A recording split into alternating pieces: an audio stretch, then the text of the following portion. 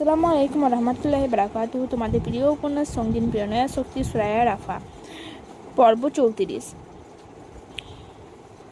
অরু কীর্তিকে কপাল ছোঁয়ার জন্য হাত বাড়ালে কীর্তিক সেটাকে খপ করে ধরে বিনা বাক্যে দ্বিতীয়বারের মতো নিজের ডার্ক ব্রাউন উষ্ঠগুলো অরুর নরম তুলতুলে অধরের মাঝে ডুবিয়ে দেয়। অরু সংস্পর্শে আসার সঙ্গে সঙ্গে এক অবাধ্য উন্মাদনায় ছেয়ে গিয়েছে কীর্তিকের শরীর, মন, সবকিছু, যার ফলস্বরূপ অরুর ঠোঁটের গভীর থেকে গভীরতর রহস্য উন্মুক্ত করার মতো হয়ে আছে কীর্তিক। হঠাৎ করে আবারও সেদিনের বেসামাল অনুভূতির জোয়ার এসেছিল অরুর মাঝেও, কিন্তু কতক্ষণ। এখন কীর্তিকের অতিরিক্ত চাহিদা পূরণ করতে গিয়ে দম নেওয়ায় দায় হয়ে গিয়ে উঠেছে ওর। তারপর অবাধ্য হাতের স্পর্শ এমন আকস্মিক আক্রমণে অরুর যখন প্রাণ যায় যে অবস্থা, তখন কীর্তিক নিজেই ছেড়ে দিল ওর অধর। একটু খানি দম নিয়ে সংকোচ হাত নিয়ে রাখলো অরুর গলায়। অতঃপর একটানে ওড়নাটা খুলে ছুঁড়ে ফেলে দিল পাহাড়ের ঢালে। এতক্ষণ যেভাবেই হোক কীর্তিকের করা পাগলামিগুলো মুখ বুজে সহ করে নিয়েছে অরু, কিন্তু এবার কীর্তিকে অস্থিরতা আর নেশা ধরা চাহনি দেখে বেশ ভড়কে গিয়েছে ও। সেই সাথে কীর্তিকে পরবর্তী পদক্ষেপ আঁচ করতে পেরে খুব ভালোভাবে কীর্তিক এগিয়ে আসছে দেখে ভীত অরু ওর শরীর স্পর্শ করার আগে অন্যদিকে ঘুরে সশব্দে না বলে কেঁদে উঠল অরু। একদম হুট করেই ঘটে গিয়েছে ব্যাপারটা। কীর্তিক নিজের মাঝেই ছিল না, তখন কি জানি কি হয়ে গেল। আরেকজনের ভালোবাসা দেখতে দেখতে ওর মাঝে অরুকে একান্তে কাছে পাওয়ার তীব্র বাসনাটা কেমন মাথাচাড়া দিয়ে উঠেছিল, কিন্তু আচমকা এভাবে অরুর কান্নার আওয়াজ কানে ভেসে আসতেই সমিত ফিরে পেল কীর্তিক। দু হাত দিয়ে নিজের স্টাইলিশ চুলগুলো নিজেই খামচে ধরে অস্পষ্ট সুরে বলল, সিট। তারপর 2 কদম এগিয়ে গিয়ে অরুকে নিজের বুক দিকে ঘুরিয়ে বলল, কি হয়েছে, কাঁদছিস কেন, লেগেছে? অরু বিনা বাক্যে চুপচাপ চোখের জল ফেলছে দেখে কীর্তিক আবারও বলল, অরু, হার্টবিট, প্লিজ কাঁদিস না, সবাই ও পাশে আছে। এভাবে তোকে কাঁদতে দেখলে ওরা ভাববে আমি তোর সাথে জোর জবরদস্তি করেছি। কি হয়েছে বল আমায়, কেন কাঁদছিস? ঠোঁটে বেশি লেগেছে? অরু ফুপিয়ে উঠে বলল, মা আমাকে মিথ্যা বলে এত দূরে এসে এই রাতেবেলা আমি কি ঠিক করেছি? মা যদি একটাবার বুঝে ফেলে আমি মিথ্যা কথা বলেছি, তাহলে আমাকে এমনভাবে কৌশলে আটকে ফেলবে যে আমি আর বাইরে জগতে মুখটাও দেখাতে পারবো না। আর আপনাকে তো নাই। ওর কথায় কীর্তিক খানিকক্ষণ চুপ হয়েই রইল, তারপর গভীর কণ্ঠে শুধালো, তুই আমাকে চাস কি না? ওর পুরো মস্তিষ্ক এলোমেলো ভাবনায় ছেয়ে আছে। এই সময় এমন একটা প্রশ্ন কি মানে হয়, বুঝে উঠতে পারল না অরু চুপ হয়ে আছে দেখে কীর্তিক পুনরায় একই প্রশ্ন করলো, তুই আমাকে চাস কি না? কি বলছে নিয়ে? অরুকে মাঝখানে থামিয়ে দিয়ে কীর্তিক আবারও বলল, হ্যাঁ অথবা না, এর বাইরে একটা তো শব্দ শুনতে চায় না। অরু দেখলো কীর্তিকের একটু আগের সেই আবেগপূর্ণ প্রেম চাহারা হুট করে কোথাও গায়েব হয়ে গিয়েছে। চোখের মাঝে অনুভূতির ছিটেফোঁটাও অবস্থিত নেই। এখন যা আছে তা কেবলই বাসনা বংশানুক্রমে পাওয়া অভিজাত্য আর কর্তৃত্ব স্বয়ংসম্পূর্ণ ধারালো রূপ। অরু ভয়ার দৃষ্টিতে চেয়ে আছে দেখে কীর্তিক ওকে ঘুরিয়ে দাঁড় করিয়ে দিয়ে বলল, তোর হাতে 5 মিনিট সময় আছে, টেক ইওর টাইম, আমি এক্ষুনি আসছি, কোথাও যাচ্ছি না। এবার কীর্তিক কথাটাকে একটু সিরিয়াসলি নিয়ে সত্যি সত্যি ভাবতে বসলো। সেই শুরু থেকে শেষ পর্যন্ত প্রথম দিন এসে ভুল করে কীর্তিকে বিছানায় ঘুমানো, ভরা গ্যালারিতে সবার সামনে ওর ওড়না দিয়ে নিজের ঘাম মোছা, এলিসার জন্মদিনে কীর্তিক অনেকটা কাছাকাছি আসা, ওর ওপর কীর্তিকের বারবার অধিকার ফলানো, প্রতিবার বিপদের ঢাল হয়ে রক্ষা করা, জঙ্গলে হারিয়ে যাওয়ার পর হেলিকপ্টারে করে ওকে সে নিজে হাত কেটে হলেও ওকে বাঁচানো, নুপুর চুলের মতো ক্ষুদ্র ক্ষুদ্র জিনিসকে যত্ন করে আগলে রেখে দেওয়া, নিখিলের সত্যিটা জানার পর ওকে সামলানো, নিজের জীবনের সাথে ওর জীবনটাকে ইচ্ছে করে জড়িয়ে ফেলা। সেদিন কীর্তিকের বাড়ি ছেড়ে আসার সময় রাগের মাথায় নিজের গোপনীয় সত্যি কথাটা অজান্তেই স্বীকার করে ফেলা, রাতের আধারে না ঘুরিয়ে ওকে এক নজর দেখতে আসা, আর সবশেষে এলিসার বলা কিছু চরম সত্য। তুমি কল্পনাও করতে পারবে না ও তোমার জন্য ঠিক কতটা পাগল। হি লিটারেলি অবসেসড উইথ ইউ। হঠাৎ করে ওর মনে হতে লাগলো প্রথম থেকে সব কিছু জেনে এক সুতোয় গাঁথা, কেবল ওরই কিছু টের পায়নি, কিছু বুঝতে পারেনি। কি করেই বা পারতো? ও তো কখনো কীর্তিকে ভালোবাসা খুঁজতেই যায়নি, নিজেকে বারবার বসিয়ে এসেছে কীর্তিকের অপছন্দের তালিকায়। অথচ এখন মনে হচ্ছে কীর্তিকের মতো করে ওকে কেউ কখনো ভালোবাসতে পারবে না, কোনো দিন না। যাই হয়ে যাক, কীর্তিকের ভালোবাসাকে পায়ে ঠেলে দেওয়া সাধ্য ওর নেই। তাছাড়া ও নিজেও তো কীর্তিকে প্রেমে পড়েছে, এটা কি করে অস্বীকার করবে? Your time is over. পেছন থেকে কীর্তিকের আওয়াজ ভেসে আসতেই ওরু ঘাড় ঘুরিয়ে তড়িৎ বেগে বলল, আমি চাই। কি চাস? ওরু এবার ছুটে কীর্তিকে গলা জড়িয়ে ধরে দুটো শরীরের মাঝে সমস্ত দূরত্ব ঘুচিয়ে ঝাঁপিয়ে পড়ে বলল, আমি আপনাকে চাই। যে কে? কীর্তিক একটা রহস্যময়ী হাসি দিয়ে বলল, তুই চাইলেই বা কি, আর না চাইলেই বা কি? আমার হাত থেকে তোর আর এই জীবনের নিস্তার নেই। আমি তো কেবল তোর হৃদয়ের সুপ্ত অনুভূতিগুলোকে তরতাজা করলাম মাত্র। কীর্তিকের কথায় কান না দিয়ে অরু বারবারও বলল, আমি আপনাকেই চাই, নিজের স্বামীরূপে। আপনাকে ছাড়া অন্য কোনো পুরুষকে আমি কল্পনাও করতে পারি না, বিশ্বাস করুন। ওর নিঃসংকোচ স্বীকারোক্তিতে কীর্তিকের মাঝে বছরের পর বছর ধরে জ্বলতে থাকা আগুনের হালকার মাঝ দিয়ে হুট করেই যেন ঠান্ডা জলের শীতল স্রোত বয়ে গেল। অবশেষে কীর্তিকের মতেও করে অরু আসক্তিতে পড়েছে। এই আসক্তি যে বড্ড বেসামাল আর যন্ত্রণাদায়ক কীর্তিক তা হাড়ে হাড়ে জানে। এবার শুধু অরুর পালা। অরু এখনো জাপটে ধরে আছে ওকে।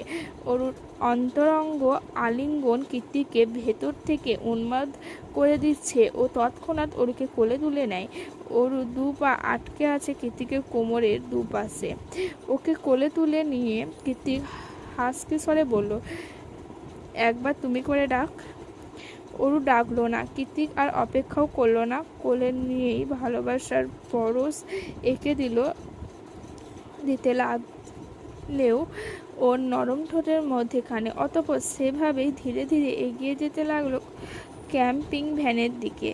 কিন্তু দুর্ভাগ্যবশত ভেতরে প্রবেশের আগে কীর্তিকের ফোনটা আপন সুরে বেজে উঠল। ফোন বেজে ওঠায় এতক্ষণ ধরে একটু একটু করে তৈরি হওয়া অনুভূতির জোয়ার হুট করেই কেমন ভাটি পড়ে গেল। কীর্তিক একটা দীর্ঘশ্বাস ছেড়ে ওরুকে ক্যাম্পিং ভ্যানে বসিয়ে দিয়ে বলল, এখানে ওয়েট কর, আমি ফোনটা পিক করে আসছি। আজ রাতে এমনিতেও ঘুম নেই তোর। অরুকে রেখে কীর্তিক চলে গেলে নিজ মনের অযাচিত ভাবনায় লজ্জায় রাঙা হয়ে যায় অরু। শুষ্ক একটা ঢোক গিলে মুখ লুকায় নিজের দু হাতে। চলবে।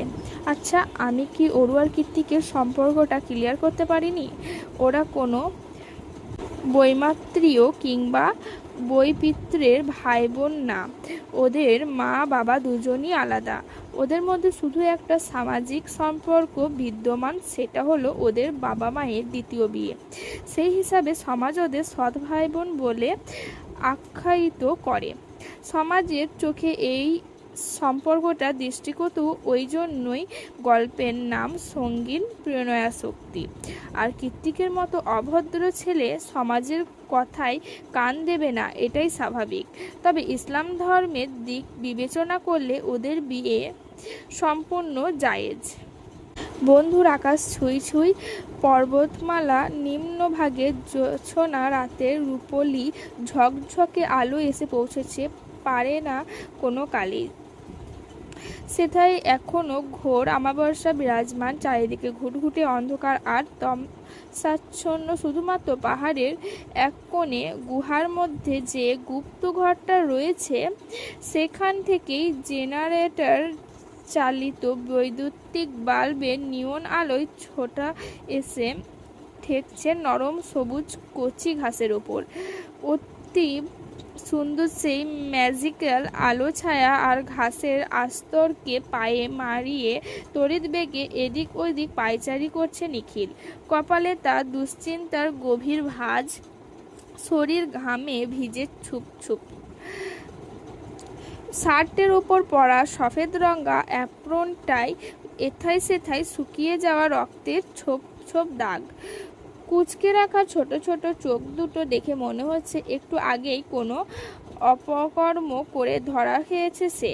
এদিক ওইদিক পায়চারি করতে করতেই দাঁত দিয়ে নখ কাটতে কাটতে এক মনে কি যেন বিড়বিড় করছে এক নাগাড়ে।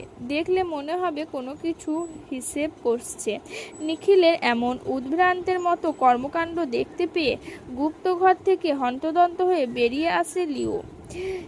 এক ছুটে বেরিয়ে আসতে তার হুস্তলকায় দেহটা হাঁপিয়ে উঠে। সে নিখিলের সামনে দাঁড়িয়ে হাঁপাতে হাঁপাতে শোধায়, কি হয়েছে? এখনো কাজ শুরু করছো না যে? রাত শেষ হয়ে যাবে তো।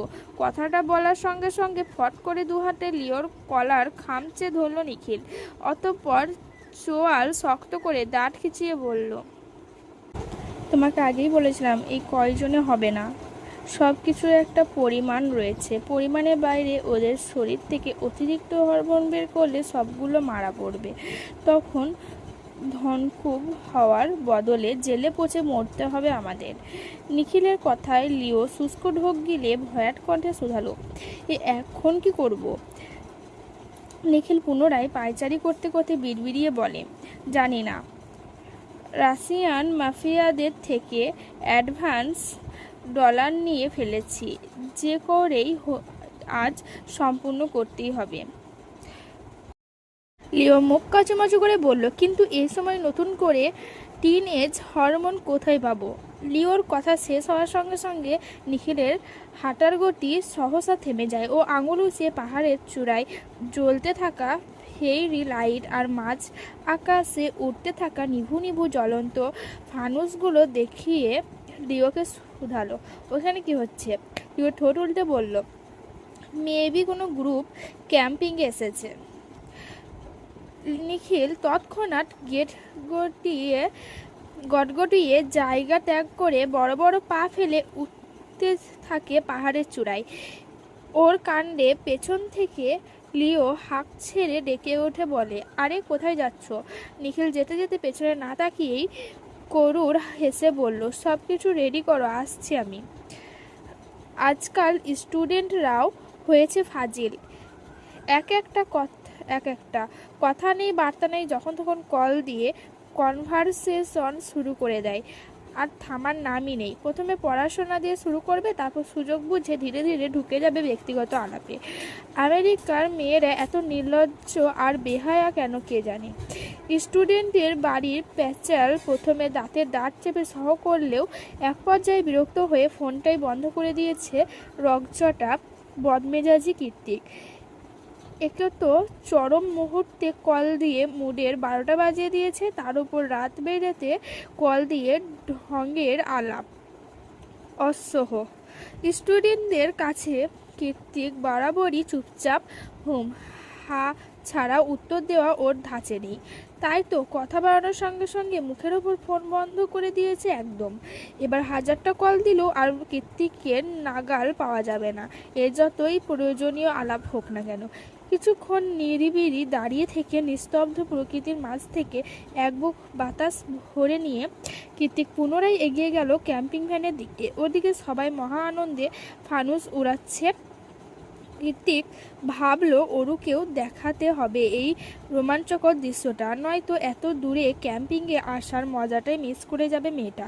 তাই ভেতরে না গিয়ে বাইরে থেকে অরুকে ডেকে উঠল কীর্তিক, অরু বাইরে আয়, just look, something special is happening here, come fast Aru. ভেতর থেকে অরু কোনোরূপ সারা শব্দ না পেয়ে এবার কীর্তিক নিজেই ধীর গতিতে ক্যাম্পিং ভ্যানের ভেতরে প্রবেশ করলো। চারিদিকে ফানুসের ছড়াছড়ি, একের পর এক উড়ন্ত ফানুসের মিটিমিটি টিমটিমে আলোয় পুরো পাহাড়টাকে অপার্থব সুন্দর লাগছে। ক্যাম্পফায়ারের পাশেই চাঁদের পাহাড় গান বেজেছে চলেছে সেই তখন থেকে, পুরোই অ্যাডভেঞ্চারস পরিবেশ। পাহাড়ের এক কোণে দাঁড়িয়ে এলিসা উড়ন্ত ফানুসগুলোকে সূক্ষ্ম নজর দিয়ে পরখ করছে। তা দেখে অর্ণব একটা ফানুস নিয়ে এগিয়ে এসে এলিসাকে উদ্দেশ্য করে বলল, এলি, ফানুস উড়াবি আয়। এলিসা তৎক্ষণাৎ এগিয়ে এসে হ্যাঁ সূচক মাথা নাড়িয়ে অর্ণবের হাতে হাত রেখে তারপর দুজন মিলে এগিয়ে যায় ফানুসটাকে উন্মুক্ত করে দিতে। ফানুসের মধ্যে জ্বলতে থাকা সোনালি আলোয় এলিসার হাতের হিরে খচিত আংটিটা চকচক করছে খুব। অর্ণব সেটার দিকে একবার পরোক্ষ করে ওর চোখের দিকে দৃষ্টিপাত করলো। এলিসা ধূসর চোখ দুটোতেও জ্বলন্ত ফানুসের নিদারুণ প্রতিচ্ছবি বিদ্যমান। স্ত্রীর চোখে মুখে ধামাচাপা পড়ে আছে একরাশ খুশির ঝিলিক। অর্ণব সেই খুশিকে আরও খানিকটা বাড়িয়ে দিতে ওর কানের কাছে মুখ নিয়ে হিসিয়ে বলল, আই লাভ ইউ এলি, খুব শুধু আজ বা কাল নয়, জনম জনমের ভালোবাসা তুই আমার। অর্ণবের কথার প্রত্যুত্তরে এলিসাও লাজুক হেসে কিছু বলতে যাবে তার আগেই কোথা থেকে যেন ছুটে এসে এক থাবায় সায়রের কলার টেনে ধরে দাঁতে দাঁত পিষে কৃতিক বলল, আমার অরু কই? সায়র বেচারা বসে পপকর্ন চিবুতে চিবুতে অর্ণব এলিসার সিনেম্যাটিক প্রেম নিবেদন দেখছিল। হঠাৎ এমন আতঙ্কিত আক্রমণে তৎক্ষণাৎ কোন ওর গলাতেই আটকে গেল। কাশি দিতে দিতে কৃতিককে ছাড়ানোর চেষ্টা করে কোনো মতে ফ্যাসফ্যাসিয়ে বলল, ছাড় ভাই, আমি সত্যিই জানি না ওরু কই। তোরা দুজন তো হুট করে একসাথে উধাও হয়ে গেলি। তোরা স্বামী স্ত্রী, তোদের প্রাইভেসির ব্যাপারে আছে, ওই জন্যই আর ডাকিও নি আমরা। স্যারের কথায় কৃতিক নিজেকে সংবরণ করে ওর কলার ছেড়ে দেয়। তখনই ওপাশ থেকে এলিসা অর্ণব এগিয়ে এসে শোধালো, কি হয়েছে জেকে? কৃতিক থমথমে মুখে এদিক ওদিক হালকা মাথা নাড়িয়ে বলল, ডোন্ট নো, ওরু কোথাও নেই। এলিসা উদ্বিগ্ন সুরে বলল, কোথাও নেই মানে? ও তো তোর সাথেই ছিল। কৃতিক জিভ দিয়ে শুষ্ক অধর ভিজিয়ে চিন্তিত গলায় বলল, হ্যাঁ তখন তো ছিল। আমি নিজেই ওকে ক্যাম্পিং ভ্যানে রেখে একটা ফোন কল রিসিভ করতে একটু দূরে গিয়েছিলাম। আর তারপর কৃতিক নিজের তেতো গলার অযথা স্বীকারোক্তি শেষ না করে চট করে সায়রকে বলল, সায়র, তুই না এলিসা অর্ণবের সারপ্রাইজ মোমেন্ট ধারণ করার জন্য হিডেন ক্যামেরা সেট করেছিলি? সায়র হ্যাঁ সূচক মাথা নাড়লে কৃতিক পুনরায় বলে, কোথায় কোথায় সেট করেছিস সবগুলো বের কর, কুইক। এবার শুধু সায়র নয়, ওর সাথে সাথে অন্য পায়ে পা এগিয়ে গেল ক্যামেরাগুলো খুঁজে বের করতে। এই মুহূর্তে কৃতিকের মাথা ফেটে যাচ্ছে দুশ্চিন্তায়। অতিরিক্ত দুশ্চিন্তার ফলে সুকৌশলী মস্তিষ্কটাও হ্যাং করছে বারবার। রাতের আধারে এমন অজানা পার্বত্য এলাকায় হঠাৎ করে কোথায় চলে যেতে পারে মেয়েটা, তাও কৃতিককে না জানিয়ে? কিছুক্ষণ আগেই তো সব কিছু কতটা মসৃণ হয়ে উঠেছিল ওদের মাঝে। ওরূপ বারবার বলছিল, আমি শুধু আপনাকেই চাই, কিন্তু স্বামীরূপে আপনি ছাড়া অন্য কারো মুখ আমি কল্পনাও করতে পারি না। সেসব কথা ভাবলে এখনও কৃতিকের হৃদয়টা এক অজানা উষ্ণতায় ছুঁয়ে যায়, মস্তিষ্ক ঘিরে ধরে কাল্পনিক সুখের ভাবনারা। অথচ এখন এভাবে হুট করে হারিয়ে গিয়ে কেমন দুশ্চিন্তায় পাগল বানিয়ে দিয়েছে ওকে। এটা কি ঠিক হলো? খানিকক্ষণ আগে কাটানো ভালো সময়গুলোর কথা মনে পড়তেই মুহূর্তের মধ্যে আগ্নেয়গিরির অগ্নিস্ফুলিঙ্গ ছড়িয়ে পড়ল কৃতিকের পুরো মস্তিষ্ক জুড়ে। ও আর চুপচাপ দাঁড়িয়ে থাকলো না, ধাপ ধাপ পা ফেলে এগিয়ে গেল ক্যামেরাগুলোর দিকে। মনিটরের স্ক্রিনে একে একে সবগুলো ক্যামেরা ভিডিও ফুটেজ চেক করা হলে শেষ ক্যামেরাতে এসে চোখ আটকে গেল ওদের সবার। শুধু চোখ আটকে গেল বললে ভুল হবে, রীতিমতো কাছাকাছি শুরু হয়ে গিয়েছে সবার। ভিডিওতে অরুর সাথে করা কৃতিকের একান্ত মুহূর্তের পাগলামিগুলো দেখে এলিসা, অর্ণব, সায়র তিনজনই কৃতিকের পানে অবিশ্বাস্য চাহিনি নিক্ষেপ করে একই সুরে বলে ওঠে, তোরা একটু আগে এসব করছিলি?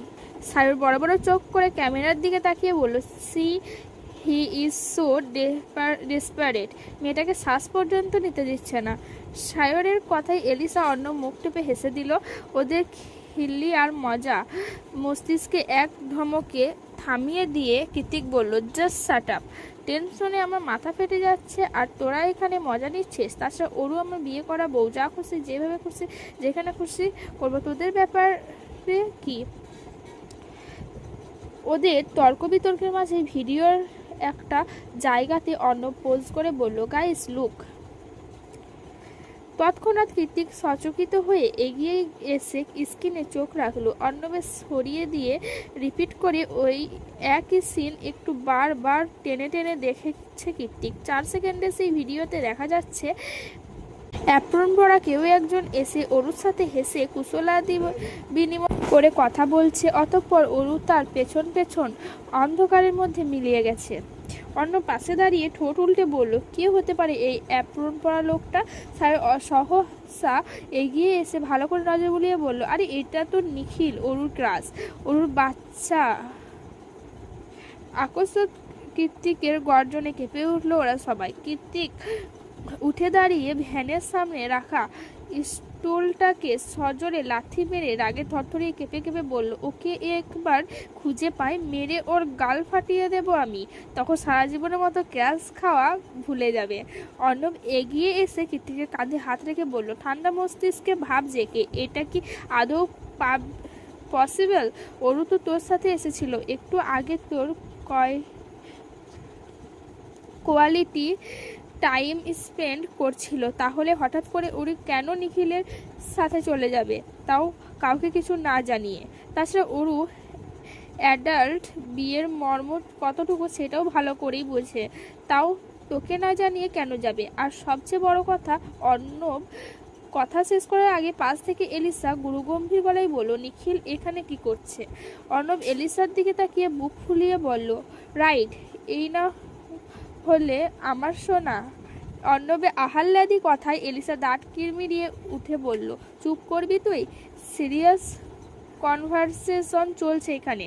কৃতিক ওদের কথায় কান না দিয়ে দ্রুত নিজের মোবাইল বের করে লোকেশন ট্র্যাকে ঢুকে পড়ল। সায়র শুধালো, কি খুঁজছিস? কৃতিক কিছু একটা সার্চ করতে করতে বলল, কিছুদিন আগে আমি অরুকে মোবাইল ফোন কিনে দিয়েছিলাম, সেটার লোকেশন আমার ফোনে কানেক্ট করে রেখেছিলাম, যদি কখনো প্রয়োজন হয় সেটা ভেবে। সায়র দাঁত কটমটিয়ে বলল, সেটা আগে বলবি না?